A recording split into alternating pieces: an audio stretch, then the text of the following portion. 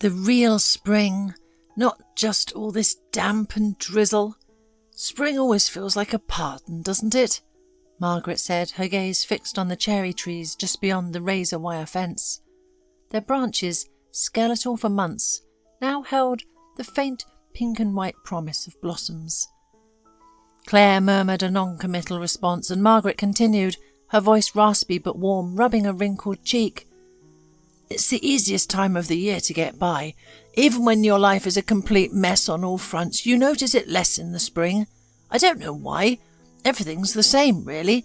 The facility, the guards, this dampness that gets in your bones, the hopelessness of it all, and yet something inside feels better. Her soul, it seemed, was trying to bloom along with the trees. And you, Claire, she sighed, her eyes the colour of faded denim, filled with the complex mix of joy and sorrow. Spring is giving you your freedom. Tomorrow you'll walk out of here and start over. A new life. A new life? How? Claire scoffed, blowing on her cold fingers. I've been rotting in here for a decade, and I was a bad person. No, Margaret, you don't just forget something like that. Margaret nudged her gently with her shoulder, a soft chuckle escaping her lips. Oh, but you do. The worst of it fades. Even in the middle of all this ugliness, there are moments of good. A shared cup of coffee, a friend's voice. That's what you'll remember. Her smile faltered slightly.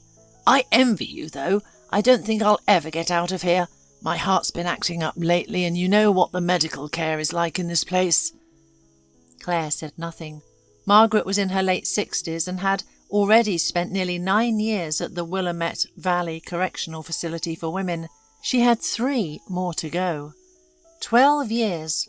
That was the sentence the judge had handed down for the night she'd finally fought back, striking her drunken, abusive husband with a cast-iron skillet. What the court had seen as malice, every woman in this facility understood as survival. Margaret had met her old age behind bars. Over the long years, she and Claire, despite a big age gap, had forged a bond as strong as family. The thought of their impending separation was a physical ache for them both. Don't get me wrong, I'm so happy for you, Margaret said softly. Just don't forget me. Write sometimes, visit if you can. I'll be waiting. Claire looked up at the vast, cloudless sky and winced against the brightness. Of course I will, she nodded.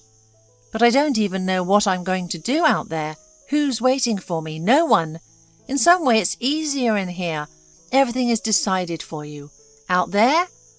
Margaret pulled a stubby pencil and a folded scrap of paper from the lining of her jacket and hastily scribbled something down. Here, look, this is my brother's address, she said, pressing the note into Claire's hand. His name is Frank. He runs an apple orchard out in the Hood River Valley. He always needs good workers. Just tell him you're a friend of mine. He'll help you get on your feet, find a place to stay. He's a good man. And take this, too. Margaret reached around her neck, unfastened a delicate chain, and pushed it into Claire's pocket. It was a simple silver cross, worn smooth and thin from years of touch. Claire protested, not wanting to take such a precious gift, but Margaret's gentle insistence was absolute. The two friends hugged tightly, a long silent embrace, trying not to think about how this might be their final goodbye. The next morning, as a guard led Claire down the long corridor toward the exit, she glanced into the industrial laundry room. She saw Margaret bent over a folding table, lost in the rhythm of her work, amidst the roar of the dryers and the hiss of the steam presses. Claire waved, but Margaret didn't see her. Come on, let's go, the guard urged impatiently. Or did you like it so much in here you decided to stay? She let out a sour laugh. Claire managed a tight, humourless smile in return and kept walking. The corridor opened into a yard, leading directly to the massive steel gates. As if on cue, they groaned open, revealing a path to a world she barely remembered. Claire took a deep, shuddering breath, hoisted her duffel bag onto her shoulder, and walked into the unknown. An old, half-empty bus took her into the city. For a while she just wandered through the downtown streets, a ghost invisible to the bustling crowds. People hurried by, laughing, talking on their phones, living lives that felt 1,000,000 miles away from her own. She sat on a bench in a small park, eating a hot pretzel she'd bought from a street cart. Freedom was good. She tilted her pale, drawn face up to the sun, letting its warmth soak into her skin, and smiled a genuine, unguarded smile. No one was shouting, no one was rushing her, no one wanted anything from her. She tossed the last bite of her pretzel to a pigeon, licked the salt from her fingers, and walked down the wide steps to the waterfront. The Willamette River, swollen with spring melt, churned below, its powerful brown current carrying leaves and twigs out toward the sea. Claire leaned against the railing, watching the water flow endlessly past, disappearing around a bend. She might have lingered there indefinitely, lost in the quiet rush of the river, had it not been for a faint, reedy cry that pierced the urban hum. Squinting against the low-angled sun, she scanned the long, narrow pier, a structure that would soon be bustling with small leisure craft and fishing skiffs. Then she saw several dark, shifting shapes on the still melting snow, a cluster of worried birds, perhaps, or debris. Then another impossibly tiny speck bobbing precariously on a separate ice floe caught her eye. "Help!" The desperate, childlike shriek was clearer now, thin and fragile. "Somebody, please help!" Adrenaline surged through Claire. She shed her comfortable woolen coat. Her worn canvas tote bag, usually slung securely over her shoulder, became an encumbrance too, and she flung it aside as she sprinted down the slick, sloping embankment. Each step was a precarious dance, a test of balance and agility she hadn't realized she still possessed. Despite her desperate caution, Claire's foot found an unseen patch of ice. She sailed through the air in an undignified, almost comical somersault, a gasp escaping her lips. By some miracle, her spine remained intact, but she landed flat on her back, sliding downhill as if on a makeshift toboggan. Her descent ended abruptly in a powdery drift of snow. Shaking, she pushed herself up, wincing as she felt the sting of tiny ice fragments embedded in her palms.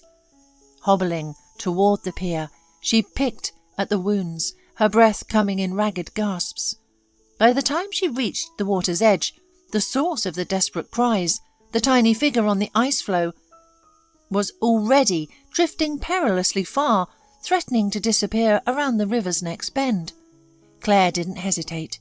She broke into a clumsy run along the bank, her eyes locked on the girl and her icy raft, her mind racing, calculating angles and distances.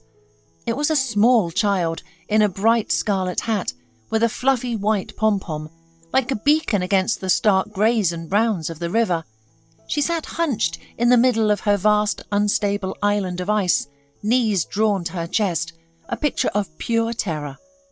"Hey, little one, don't be scared," she shouted, fighting to control her ragged breathing. "I'm going to get you out of there." Hearing a voice, realizing she wasn't alone, that someone had answered her desperate plea, the girl found a flicker of courage. She bravely crawled to the very edge of the floe. "Help me, please," she piped, extending a tiny hand, as if Claire could simply reach across the churning expanse of water and pull her to safety. "Please, save me." Claire's heart sank with a chilling certainty. Ahead, barely a football field or two away, loomed the skeletal remains of an old, dismantled pedestrian bridge. Its supports were thin, jagged metal beams, sharp as knives, rising ominously from the swirling currents. To make matters worse, the river here narrowed, accelerating into a treacherous whirlpool, a natural vortex. An ice floe caught in those churning waters would inevitably spin like a child's top or a dissolving sugar cube, before being violently splintered against the protruding iron. Without a second thought, Claire launched herself onto the first ice floe close to the bank.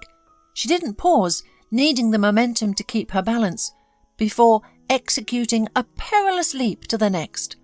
The third floe groaned ominously under her weight, cracking and tilting precariously, threatening to capsize and plunge her into the icy depths.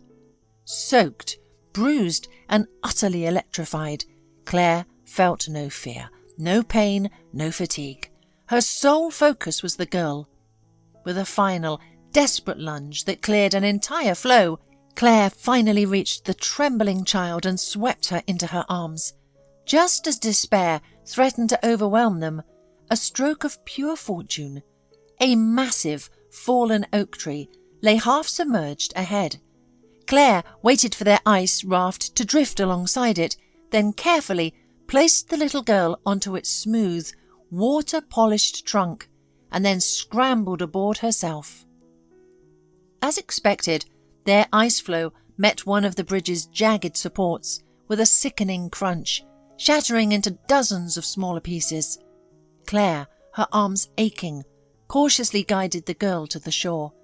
They both collapsed onto the cold, damp pebbles, utterly spent.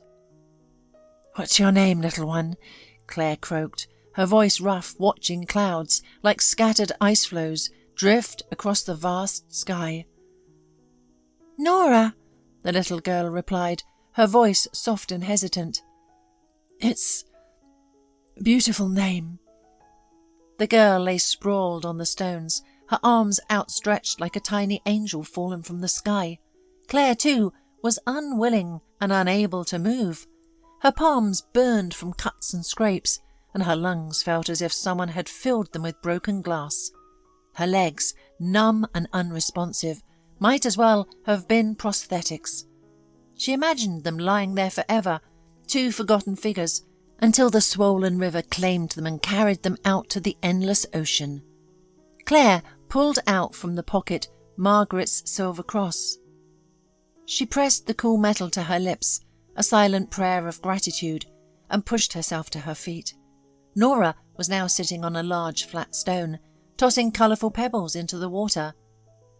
"Don't sit around on the cold ground, you'll catch a chill," Claire said, settling beside her. "My feet are already soaked through," Nora giggled, a surprising sound of light-heartedness. "So I'll probably be sick tomorrow anyway." Claire gently scooped the girl into her arms and began to wade along the riverbank toward a distant, arching stone bridge, the only crossing in sight. There was no one else around, only seagulls circling overhead and the occasional caw of crows perched on dark mossy stones that jutted from the water like the gnarled fingers of some ancient, submerged titan. To her relief, her bag and coat were still there, untouched. She swung it over her shoulder, then asked Nora, "Where do you live, Sweet Pea? Let's get you home." Nora winced, casting a worried glance at her rescuer. "You won't tell them everything, will you?" she asked cautiously. "To my mum, I'll be in so much trouble." "Well, of course you will be," Claire nodded, a hint of sternness in her voice. "And rightly so. You shouldn't be wandering off like that. I used to wander too, and—" "And what?" Nora pressed, her eyes wide with curiosity. Claire simply waved a dismissive hand. "You don't need to know about that," she replied. "Now come on, or you'll definitely catch a cold, and then it'll be pneumonia." Taking the girl's hand, Claire headed toward the main street, realizing that she wouldn't get to the apple farm today. Nora led her to a grand old mansion nestled beside a small public square. Claire felt a sudden wave of self-consciousness as they stood before the tall, ornate, wrought iron gates. Her coat was dirty and torn, her hands caked with dried blood, and her face smudged with dirt and a few dark bruises. Suddenly, the gates opened with a long, drawn-out creak. "Nora, where have you been?"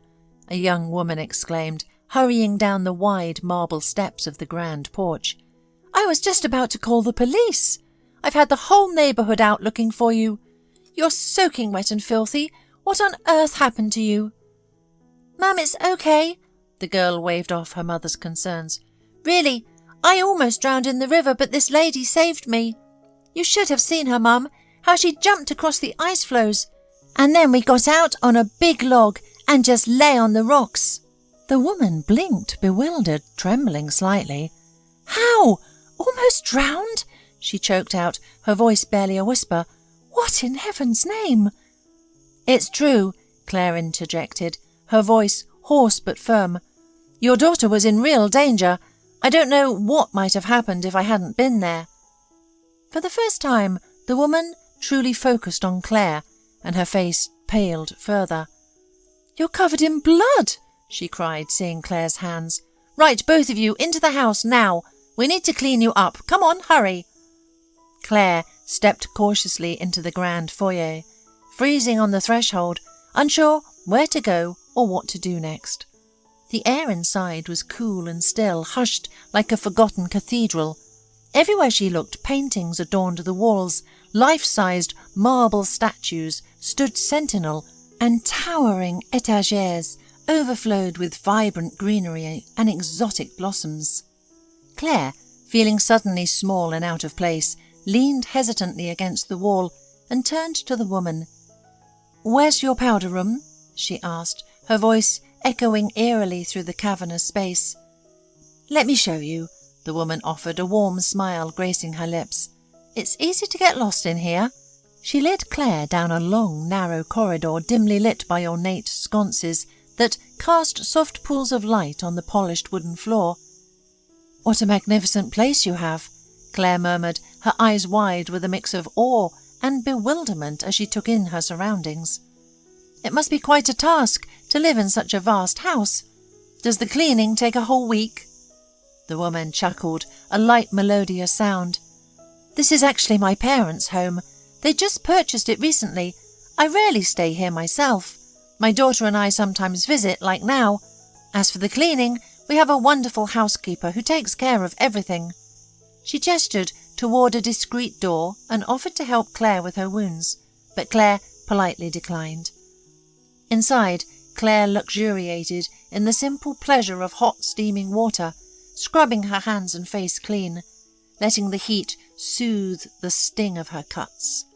Finally, refreshed and feeling somewhat human again, she emerged.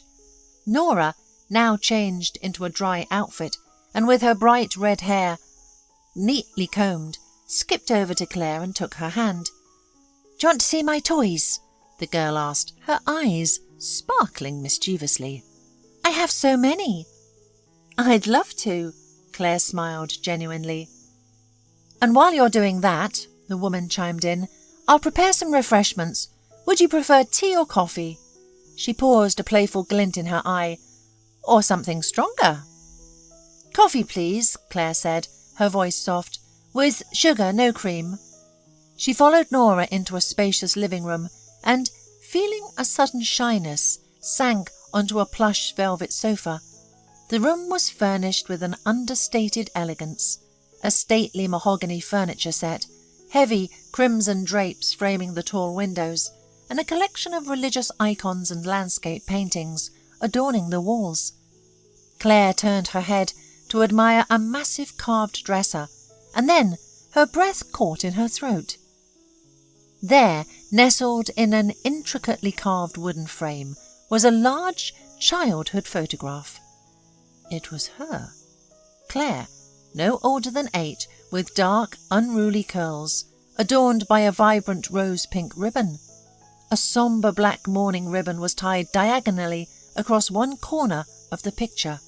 Her fingers, numb with disbelief, trembled as she reached out to touch it, inadvertently knocking the photograph to the floor. "Oh no!" she gasped, watching Nora's mother calmly gather the scattered fragments of glass. "Don't worry, the picture isn't harmed," the woman quickly reassured her. "That's my late sister, Eliza. My parents always put her picture out. They can't quite come to terms with losing her." Claire slumped back against the sofa, feeling the world tilt as consciousness threatened to slip away. A familiar suffocating stench filled her nostrils, the damp, earthy smell of mould, of cold, musty basements, of wet rags, decaying refuse, and acrid smoke. Before her eyes, a nightmarish montage flickered.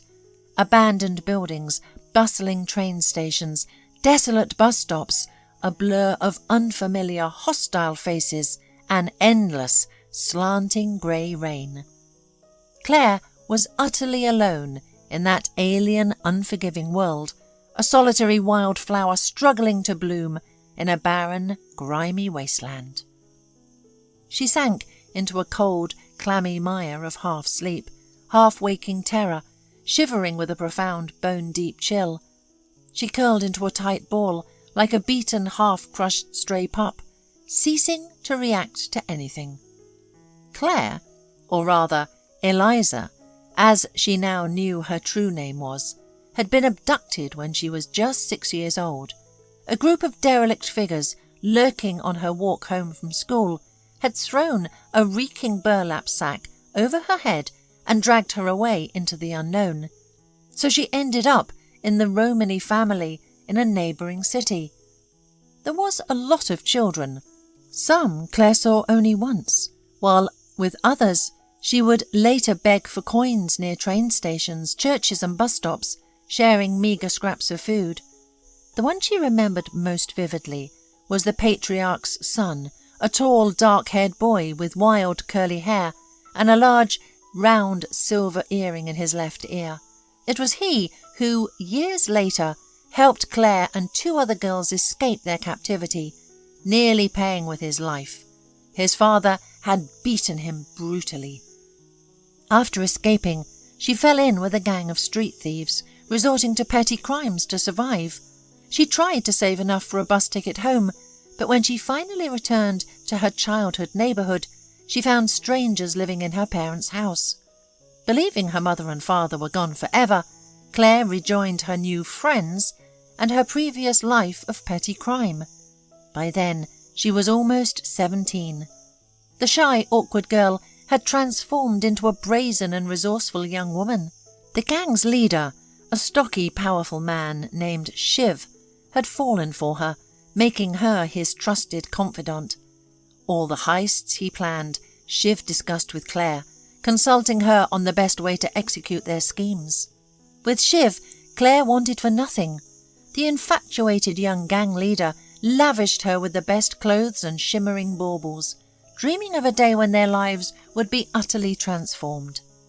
By the time they reached adulthood, they had amassed a substantial fortune, marry and escape to some distant sun-drenched coast, leaving behind their grim, dangerous and morally dubious underworld existence forever.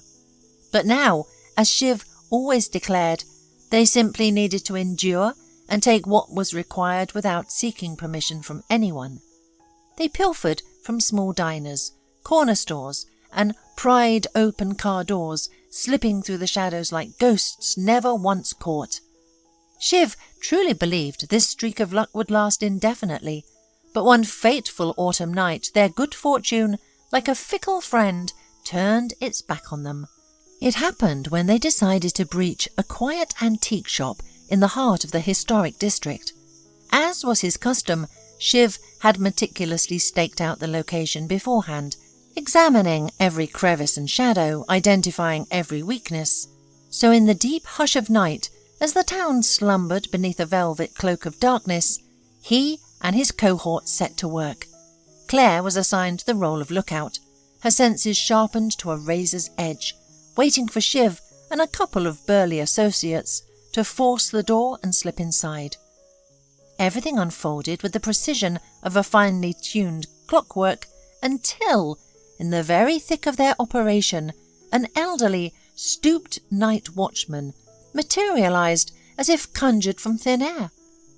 Realizing the jig was up and that the watchman would undoubtedly speak, Shiv, his eyes burning with a desperate, wild resolve, yanked a switchblade from his pocket and plunged it into the old man's chest. The watchman's body went limp, a guttural, rattling gasp tearing from his throat. Claire, gripped by a visceral horror, tried to intervene, tears streaming down her face. "Run, you fool!" he bellowed, his voice raw, watching the dying man convulse. "They'll catch you!" But Claire shoved him away with a raw cry of despair. "Then go to hell!" Shiv spat, his final words like sharp stones hurled into the stillness. "Rot if you want." And with that, he vanished into the encompassing shadows, abandoning her alone with the dying watchman. Claire stood frozen, her feet rooted to the cold pavement, a desperate, fragile hope flickering within her that the man could still be saved. She quickly folded her shirt into a thick pad and pressed it firmly over the gaping wound, pushing down with all her might to stem the terrifying rush of crimson that seeped through the cotton and stained her fingers. "Please, just hold on," she whispered with shaking fingers, dialed 911. The court showed her no leniency, especially since Claire steadfastly refused to name her accomplices or reveal their whereabouts. She remained fiercely loyal to Shiv, even after he had callously deserted her and simply fled, vanishing like a frightened rabbit. For this unwavering silence, she was handed a sentence of 10 long years. And there she met Margaret, who had already served a few years of her own sentence. If not for Margaret's unwavering friendship, Claire would undoubtedly have succumbed to the profound despair that had long consumed her, ending her life as she had often contemplated, her spirit tearing at its very seams. It was only Margaret, this sturdy maternal woman with a face etched by life's trials, but eyes brimming with kindness and hands rough from years of toil, who was able to give Claire what she needed most: unconditional care and love, a tender touch amidst the harsh, unyielding barbed wire. Claire's eyes fluttered open and suddenly she saw it, the face of her real mother. "Do you know who I am?" Claire whispered. Her real mother leaned over and pressed a warm, almost feverish kiss to Claire's forehead. Her lips were soft like the first rays of sun after a long, bitter winter. "Of course I know you, my sweet Eliza," she replied, hot tears spilling onto Claire's face, each tear a bittersweet fusion of sorrow and overwhelming joy. "How could I ever forget you? You're finally home. We've all been waiting for this moment, years stretching into an eternity of longing." Claire saw other faces then, her father's, her sister's, her young niece's. All of them turned toward her, silently smiling, their eyes shining with tenderness and profound relief. No one uttered a sound, afraid to shatter the solemn, joy-filled silence that enveloped them, a crystalline stillness that chimed like a delicate bell in the air. A month later. That's how it all happened, Claire wrote on a sheet of lined paper, her hand seeming to move with a will of its own, the pen scratching softly against the surface. "I saved a little girl, and it turned out that she was my niece Nora." She paused, marvelling at the improbable twist of fate. "2 years after I disappeared, my parents had another child, my younger sister.